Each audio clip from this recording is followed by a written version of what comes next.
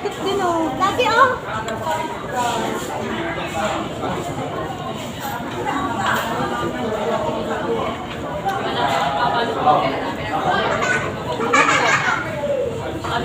Oh, dami naman sa akin na ba? Bakit sabay eh? Ay, lalan eh. Ilan ba yung price? Isa lang. Isa lang? Oo. Bakit dalawa dapat? Dalawa dapat. Eh, isa lang eh. Ano ba yung ano? Ito yung ano. Sa'yo yung resibo eh.